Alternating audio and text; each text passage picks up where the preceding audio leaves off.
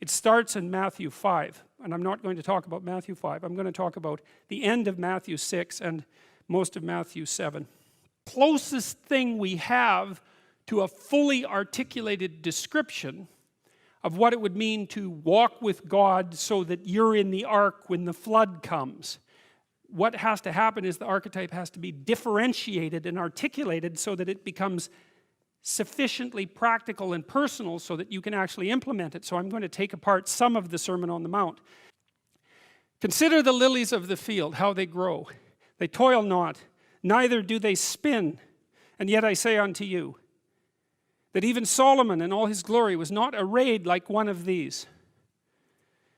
Wherefore, if God so clothe the grass of the field, which today is, and tomorrow is cast into the oven, shall he not much more clothe you, O ye of little faith? Therefore take no thought, saying, what shall we eat, or what shall we drink, or wherewithal shall we be clothed? For your heavenly Father knows that you have need of all these things. But seek ye first the kingdom of God and his righteousness, and all these things shall be added unto you. That's actually a fairly important caution when you're talking about not having to pay attention to what you're going to eat or what you're going to wear. It's like, what it's essentially saying is that those problems are trivial in comparison. And the probability is that if you manifest yourself properly in the world, that those things will come your way.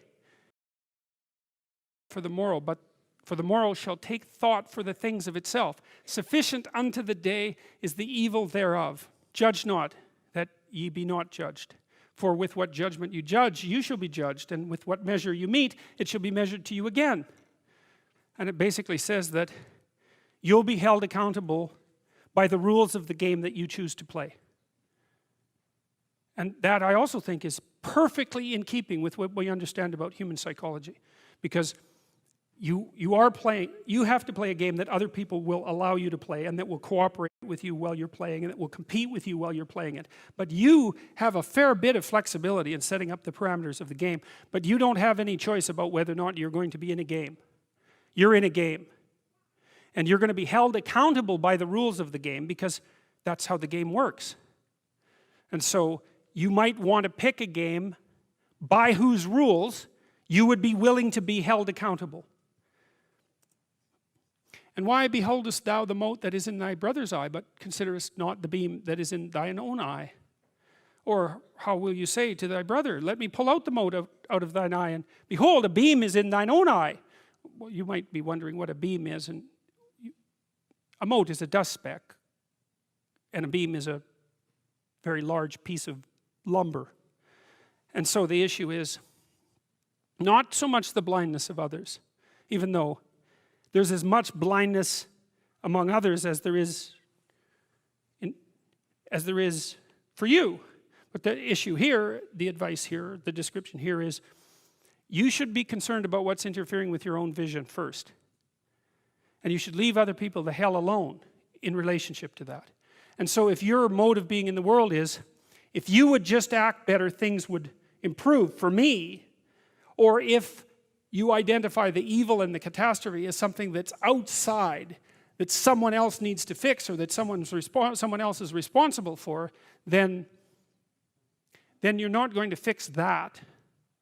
And you're going to remain blind to the things that you're doing and not doing that make things not go well. And so it's just better to think, all right, I'm probably blind in many, many ways. And maybe there are some ways that I could rectify that. Ask and it shall be given you. Seek and ye shall find. Knock and it shall be opened unto you. For everyone that asketh receiveth, and he that seeketh findeth. And to him that knocketh it shall be opened. You know, you might be wrong about what you want, easily. But maybe you could get what would really be good for you. Well, why don't you? Well, because you don't try.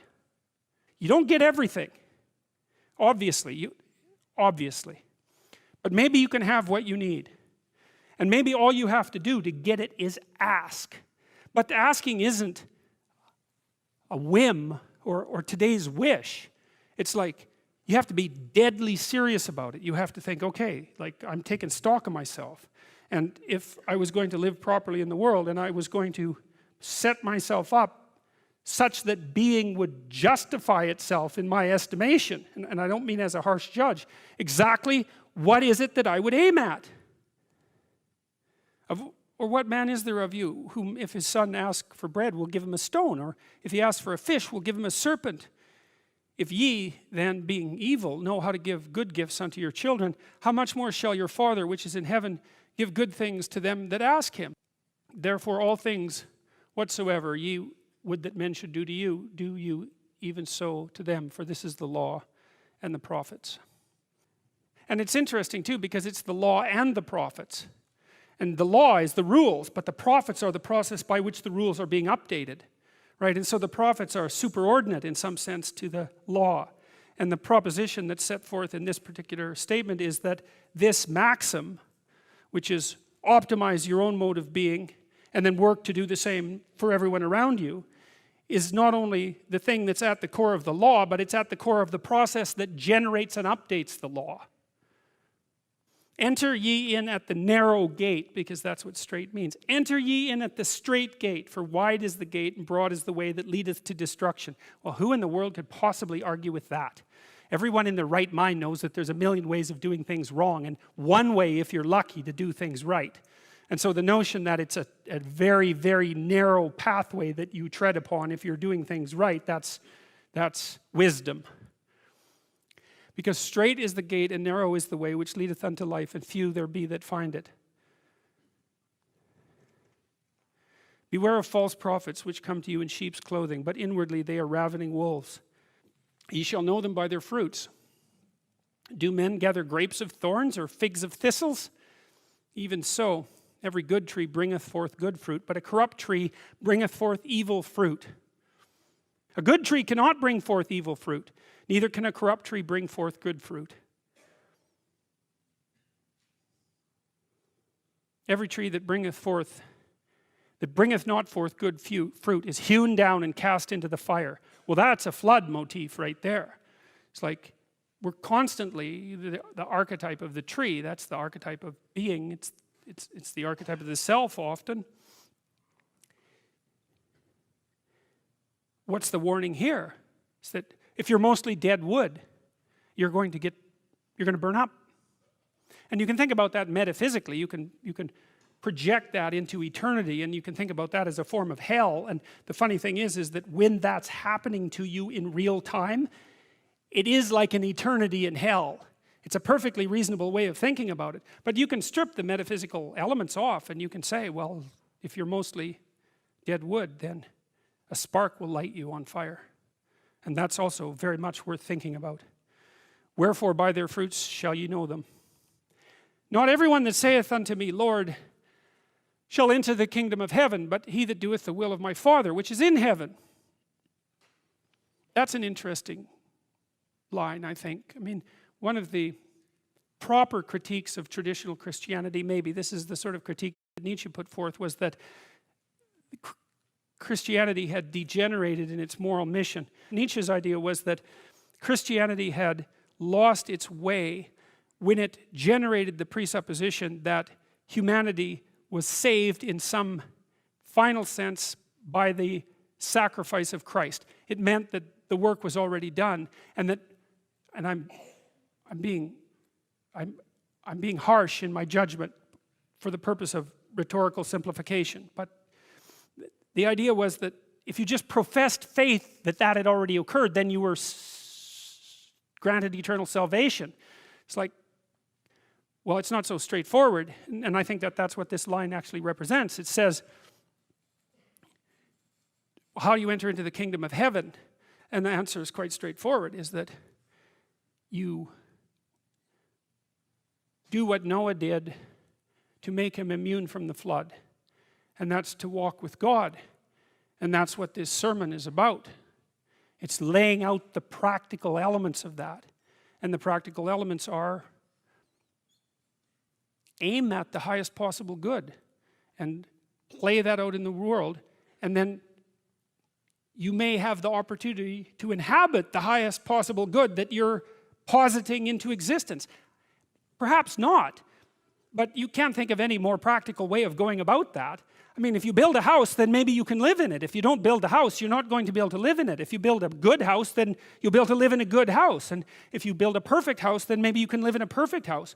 But if you just say that the house has already been built, for you, and that you can just say that the house is being built for you, well then the probability that you're going to be able to live where you need to live is, there's no probability that you're going to be able to live where you need to live. Many will say to me in that day, that's the judgment day, Lord, have we not prophesied in thy name, and in thy name have cast out devils, and in thy name done many wonderful works? And then I will profess unto them, I never knew you, depart from me, you that work iniquity. You think that's supposed to make people feel good? I don't think so. There's almost nothing about this picture that should make people feel good. It should, if you understand it properly, it should terrify you to the depths of your soul. That's what the picture is for. Therefore, whoever heareth these sayings of mine and doeth them, I will liken him unto a wise man which built his house upon a rock. And the rain descended, and the winds blew, and the floods came and beat upon the house, and it fell not, for it was founded upon a rock. And everyone that heareth these sayings of mine and doeth them not shall be likened unto a foolish man which built his house upon the sand. And the rain descended, and the floods came, and the winds blew and beat upon that house, and it, oh, I made a mistake. And it fell, for it was founded upon sand. And it came to pass, when Jesus had ended these sayings, that people were astonished at his doctrine, for he taught them as one having authority, and not as the scribes. There's a big difference between listening to something that has substance and listening to something that is spoken because it sounds like it should sound good. And this line says that whoever spoke the lines that we just described was someone who sounded like he knew what he was talking about.